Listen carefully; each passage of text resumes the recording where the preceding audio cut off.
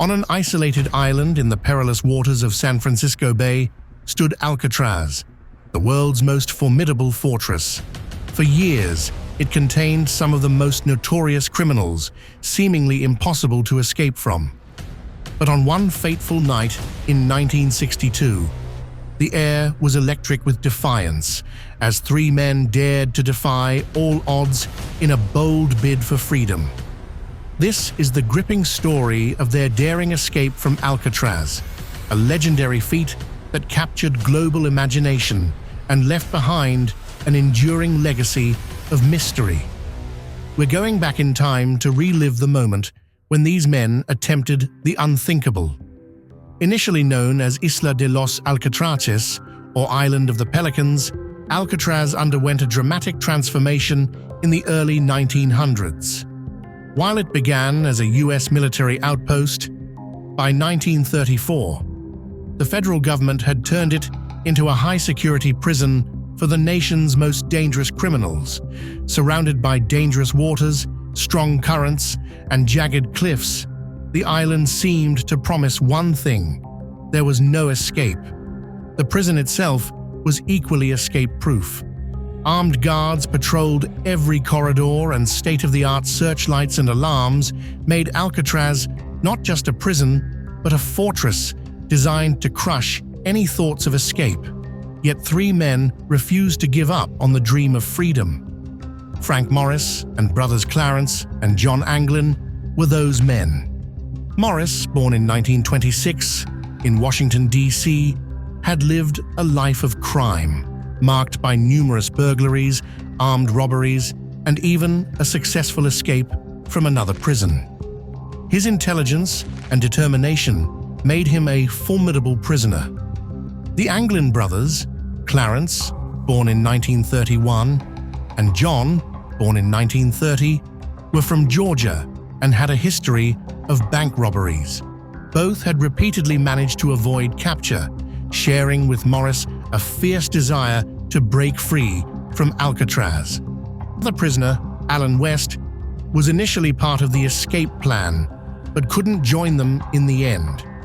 It was West who later narrated the story to the authorities. All four men were familiar with each other from past imprisonments, and at Alcatraz, their adjacent cells only facilitated their planning. The men's backgrounds were matched by their resourcefulness and intelligence. Morris, in particular, was said to be among the top 2% in intelligence based on IQ testing. United by their determination, they felt they had assembled the perfect team. Over 6 months, they carefully planned their escape, exploiting weaknesses in the prison's security. They meticulously observed the guards' routines, noting blind spots and times when they could act without detect. Once they made holes large enough to crawl through, they accessed an unguarded utility corridor, eventually reaching the cell block's top level, where they prepared for the next phase. Aware of the difficulties in escaping the island itself, Morris came up with a plan. They would need life preservers.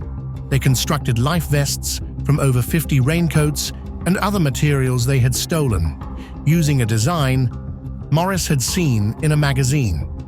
They also made paddles out of plywood and built a 6 by 14-foot rubber raft by hand. With everything set, the night of June 11th, 1962, marked the culmination of their planning. They prepared their beds with dummy heads and crawled through the ventilation holes. Unfortunately, West found that the cement he had used to reinforce his hole had hardened, narrowing it. By the time he managed to break through, the others were already gone. Defeated, he returned to his cell. Morris and the Anglin brothers moved through the utility corridor and climbed onto the roof, descending to the ground via a kitchen vent pipe. Then, they made their way to a blind spot near the power plant, where they inflated their raft using a concertina modified into a bellows. With their raft ready, they set off into the waters, beginning their daring escape. The next morning, during the routine head count, Alcatraz officials discovered the three men's absence. Alarms sounded, and a massive manhunt ensued. The Coast Guard scoured the waters, while air and land searches covered every potential landing point. 3 days later, a Coast Guard cutter found a paddle, and nearby, a plastic-wrapped wallet containing the names, addresses, and photos of the Anglin's friends and family. Over the next few days, more raincoat material and a deflated life vest were found. Yet no bodies or traces of the escapees were ever discovered. Their fate remains an enduring mystery. Some believe they perished in the frigid waters, while others speculate they managed to survive and start new lives in secrecy. The lack of concrete evidence has fueled countless theories. The FBI officially concluded that the odds were heavily against them, especially since no reported thefts of clothes or cars occurred, as West claimed they had planned. However, reports of anonymous postcards, phone calls, and sightings of the Anglin brothers persisted, keeping the story alive. The FBI eventually closed its file on December 31, 1979. West, who failed to escape, cooperated with the investigation and was not charged, but was transferred between prisons until his death in 1978.